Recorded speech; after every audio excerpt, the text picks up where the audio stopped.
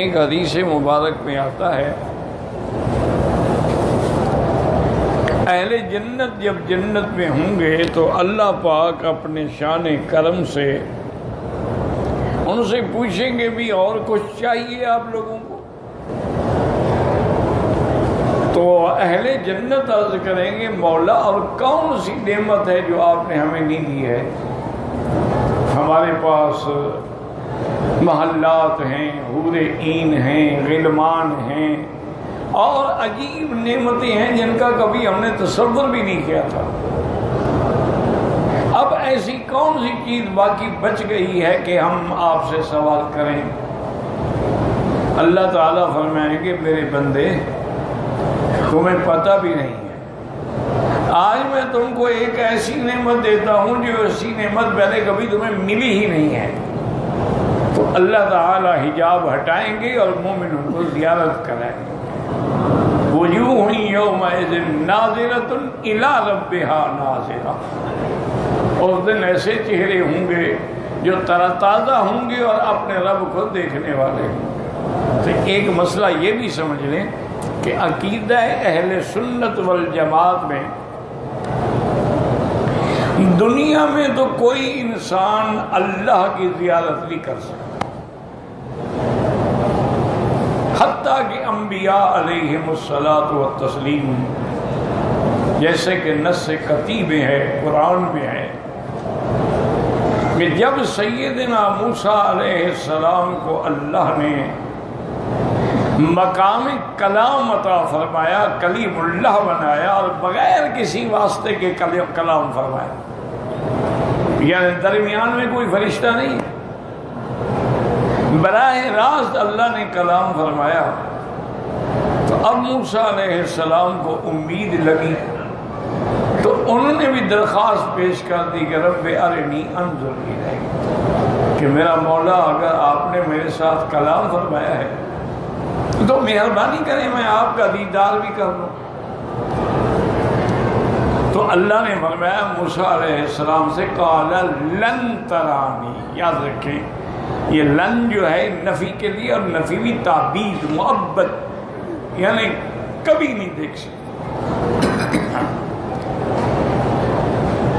اور اللہ نے موسیٰ علیہ السلام کی ساتھ دل رکھنے کے لیے مہربانی یہ کی کہ موسیٰ علیہ السلام کہیں کہ میری درخواست کی رد ہو گئی، فرمایا ولکن انظر الی الجبل، ایسا کرو کہ یہ جو پہاڑ ہے میں اس کو دیکھو،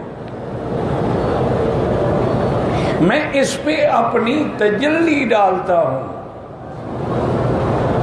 اور اگر یہ پہاڑ میری تجلی برداشت کر جائے تو پھر تو تم بھی دیکھ سکتے ہو، اور اگر اتنی بڑی قوت اور صلابت والا پہاڑ جو ہے وہ برداشت نہ کر سکے تو انسان کیسے برداشت کرے گا؟ وَلَكِنْ انظُرْ إِلَى الْجَبَلِ فَإِنِ اسْتَقَرَّ مَكَانَهُ فَسَوْفَ تَرَانِي فَلَمَّا تَجَلَّى رَبُّهُ لِلْجَبَلِ جَعَلَهُ دَكًّا فَخَرَّ مُوسَىٰ صَعِقًا فَلَمَّا أَفَاقَ قَالَ سُبْحَانَكَ تُبْتُ إِلَيْكَ۔ اللہ نے جب تجلی ڈالی تو پہاڑ ریزہ ہو گیا، موسیٰ علیہ السلام بے ہوش ہو گئے۔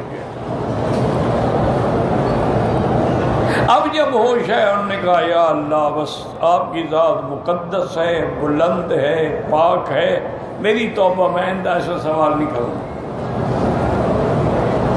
تو یعنی انسان کی تو طاقت ہی نہیں ہے نا کہ دنیا میں وہ اللہ کو دیکھ سکے۔ صرف ایک اختلاف ہے مسئلے میں، یاد رکھیں کہ بعض صحابہ یہ فرماتے ہیں کہ حضور صلی اللہ علیہ وسلم کو اللہ نے دیدار کرایا ہے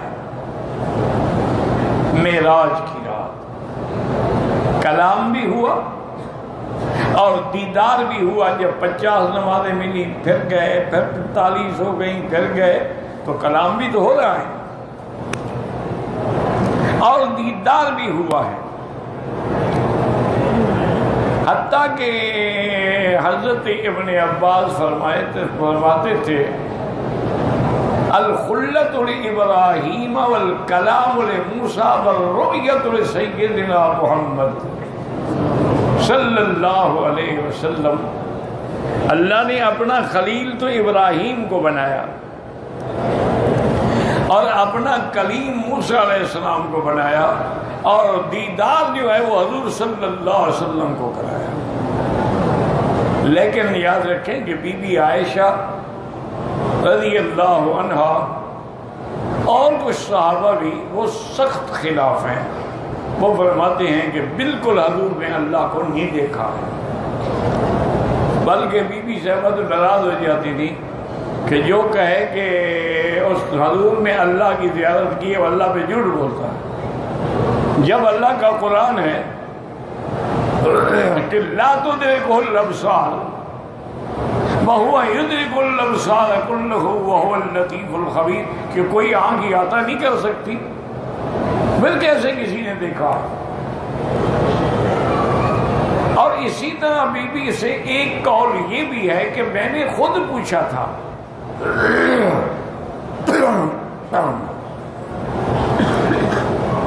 حضور صلی اللہ علیہ وسلم سے کہ حضور آپ نے زیارت کی، فرمایا نور انا ارا، اللہ کی ذات تو نور ہے، میں کیسے دیکھ سکتا ہوں. ہم تو سورج کو بھی نہیں دیکھ کرتے، جو سورج کا خالق ہے اس کے نور کا کیا شان ہوگا. تو بہرحال یعنی صحابہ میں دو قول ہو گئے، یاد رکھو. جمہور صحابہ یہ کہتے ہیں کہ دیدار ہوا ہے، لیکن کچھ صحابہ یہ فرماتے ہیں کہ دیدار نہیں ہوا. اصل میں بی بی عائشہ تو حضور کے معراج جسمانی کی بھی قائل نہیں تھی. یاد رکھیں یہ ہوتا ہے، مجتہد کا اجتہاد ہوتا ہے، اپنی اپنی تحقیق ہوتی ہے. اب دیکھیں نا 4 امام ہیں، کسی مسئلے پہ تحقیق، قیامت میں فیصلہ تو ایک کے حق میں ہوگا نا، لیکن باقی پر بھی کوئی سزا نہیں ہوگی کہ انہوں نے اجتہاد تو کیا نا. المجتہد یخطئ و یصیب، مجتہد کبھی حق پہ پہنچتا ہے، کبھی غلطی ہو جاتی ہے. فإن أصاب فله أجران، اگر وہ حق پہ پہنچ جائے اس کو دوہرا اجر ملتا ہے، نہ پہنچے تو ایک ثواب تو پھر بھی کہیں نہیں گیا محنت کرنے کا. اصل میں بی بی عائشہ صدیقہ رضی اللہ عنہا معراج جسمانی کی بھی قائل نہیں. سیدنا امیر معاویہ رضی اللہ عنہ وہ بھی معراج جسمانی کے قائل نہیں، بلکہ بی بی عائشہ صدیقہ رضی اللہ عنہ فرماتی ہیں کہ ما فقدت عن فراشی، میں نے تو حضور کو اپنے بسترے سے جدا ہی نہیں پایا، حضور میرے بستر پہ رہے تو کیسے معراج پہ گئے.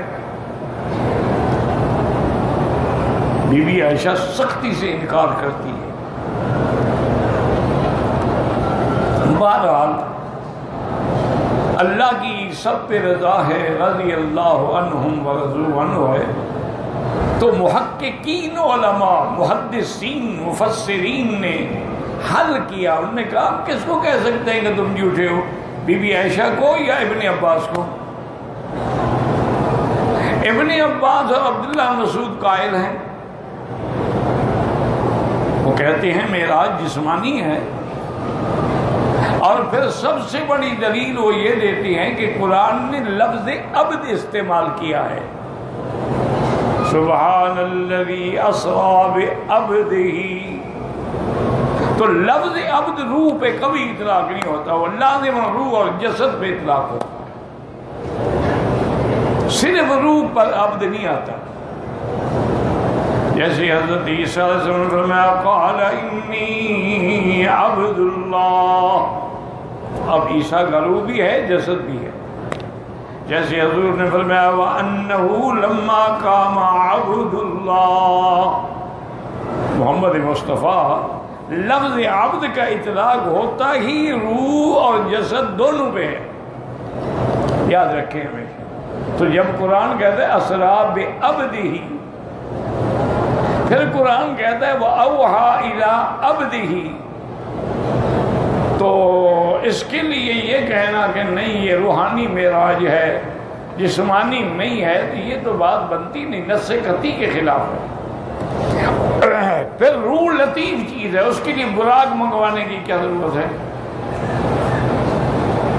بھائی روح تو امر لطیف ہے، براق کی سواری کو تو جسم چاہیے جس پہ وہ سواری کرے۔ تو اس لیے اب صاحب علماء نے جمع کیا، انہوں نے کہا بی بی عائشہ بھی ٹھیک کہتی ہے، حضرت معاویہ بھی ٹھیک کہتے ہیں، دونوں صحابی ہیں، اور قول وہی ہے جو عبداللہ بن مسعود اور ابن عباس کا ہے کہ حضور کا معراج بھی جسمانی ہے اور دیدار ربانی ہے۔ وہ کہتی ہیں کہ اس کی وجہ یہ ہے کہ بی بی کہتی ہے نا کہ میں نے اپنے بستر پہ حضور کو نہیں پایا، تو حضور کے ساتھ تو ان کی شادی ہجرت کے بعد ہوئی ہے، معراج تو مکے میں ہوا ہے، بستر پہ حضور کیسے ہوتے؟ بھئی معراج ہوا ہجرت سے 2 سال پہلے، شادی ہوئی ہجرت کے بعد مدینہ منورہ میں، تو حضور کے بستر پہ ہونے کا سوال ہی پیدا نہیں ہوتا۔ اور حضرت معاویہ ایمان لائے فتح مکہ پہ، معراج ہوا ہجرت سے 2 سال پہلے، تو ان کو کیسے تحقیق ہو سکتی ہے اس مسئلے کی ان صحابہ کے مقابلے پہ جو اس وقت موجود تھے؟ تو لہذا انہوں نے جمع کیا کہ بی بی عائشہ جو کہہ رہی ہے وہ کسی اور معراج کی بات ہے، اللہ نے حضور پاک کو کئی روحانی معراج کرائے ہوں گے، لیکن یہ معراج جس کا ذکر قرآن میں ہے، اسراء میں ہے، معراج الہی ہے، اس میں معراج بھی ہے اور دیدار ربانی بھی ہے۔ اس کا بھی انہوں نے جواب دیا کہ بھئی کوئی انسان اللہ کو دنیا میں نہیں دیکھ سکتا، لیکن حضور نے تو آسمانوں میں دیکھا ہے، دنیا میں تو نہیں دیکھا۔ حضور پاک نے اللہ کو دنیا میں تو نہیں دیکھا، آسمانوں پہ چلے گئے، احکام ہی بدل گئے۔ آسمانوں کے احکام الگ ہوتے ہیں، زمین کے احکام الگ ہوتے ہیں، اللہ کے تمام اوامر اور نواہی وہ تو زمین والوں کے لیے ہیں، آسمان والوں کے لیے تو نہیں ہے۔ تو آسمان کا حکم جو ہے وہ زمین پر نہیں قیاس کیا جا سکتا، تو لہذا یاد رکھیں۔ لیکن یہی یہ مسئلہ سمجھ لیں کہ دنیا میں تو کسی کو دیدار نہیں ہو سکتا، لیکن قیامت میں جنت میں اللہ اپنی رحمت سے ہر مومن کو دیدار کروائیں گے۔ دعا کرو اللہ ہمیں بھی نصیب کر دے۔ اللہم ارزقنا لذت النظر الی وجہک یا کریم یا رحیم۔ اچھا اس کی وجہ بھی سمجھنے کی کوشش کرو، اللہ رحمت کرے کہ میں سمجھا سکوں۔ وہ دنیا میں تو نہیں ہو سکتا لیکن آخرت میں ہوگا۔ اس کی وجہ کیا؟ اور ہر مومن کو ہوگا، ہر کلمہ پڑھنے والا ہر مومن جو جنت میں گیا اس کو زیارت ہوگی۔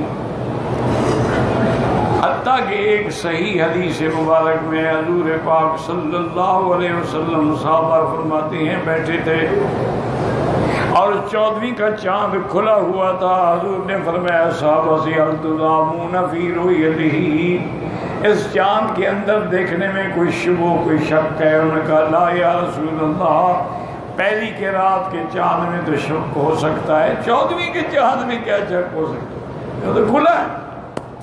آپ نے فرمایا انکم سترون ربکم یوم القیامت ولا تضامون فی رؤیتہ کما لا تضامون فی رؤیت البدر۔ حضور نے فرمایا تم سب کو اللہ قیامت میں اپنی زیارت نصیب فرمائیں گے اور اس یقین سے دیکھو گے کہ آپ کی رؤیت میں کوئی شک نہیں ہوگا، جیسے 14ویں کے چاند دیکھنے میں کوئی شک نہیں ہے، سب کو زیارت نصیب ہوگی۔ اور قرآن نے بھی کہہ دیا نا کہ وجوہ یومئذ ناظرۃ الی ربہا ناظرہ، چہروں پہ ایسی تر و تازگی ہوگی. ایک حدیث مبارک میں آتا ہے جب اللہ اپنا دیدار کرائیں گے اور مومنوں کو دیدار ہوگا اور دیدار سے فارغ ہو کے اپنے محلوں میں آئیں گے تو ان کی بیویاں حور عین حیران ہو جائیں، کہیں گے آج آپ کے چہرے پہ جو جمال ہے، جو جلال ہے، یہ پہلے تو نہیں تھا. انہوں نے کہا آج تو ہم نے اللہ کی زیارت کی. تو یہ اس زیارت کے اثرات. اچھا یہی ایک بات اور بھی سمجھ لیں کہ طور سینا پہ تو تجلی پڑی اور پہاڑ ریزہ ہو گیا، لیکن کعبے کی شان دیکھو جس پر ہر وقت تجلی کی برسات ہے. ہم کوئی اس کوٹھے کو سجدہ تھوڑا کرتے ہیں، یہ نہ رہے گر جائے پھر ہم سجدہ نہیں کریں گے، یا ہم ہوائی جہاز پہ سے بھی اونچے چلے جائیں پھر سجدہ نہیں کریں گے. تو ہم تو سجدہ اس کے حکم کو کرتے ہیں، اور اس کا حکم جو ہے وہ زمین تحت الثری سے لے کر 7ویں آسمان تک ہے، اور ہر وقت یہ مقام اور مرکز تجلی ہے. تو اس لیے ہمیشہ یاد رکھیں کہ اللہ تبارک و تعالیٰ نے حضور پاک کو اور آپ کی امت کو یہ مقام عطا فرمایا. تو اس لیے علماء فرماتے ہیں کہ وہ زیادہ جو ہے اس کا ایک معنی تو یہ ہے اعمال کو بڑھا چڑھا کے ثواب دیا جائے گا، اور ایک معنی یہ ہے زیادہ کا کہ اللہ اپنا دیدار کروائیں گے.